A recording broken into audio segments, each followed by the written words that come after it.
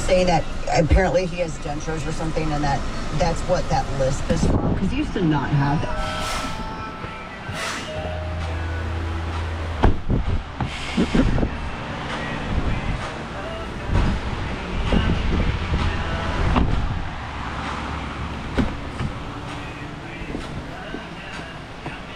After that speech, because there were a lot of people that, just like you're saying now, little confusing, little like, oh, what was that? And geez, that's my president, so where are we right now? Yeah.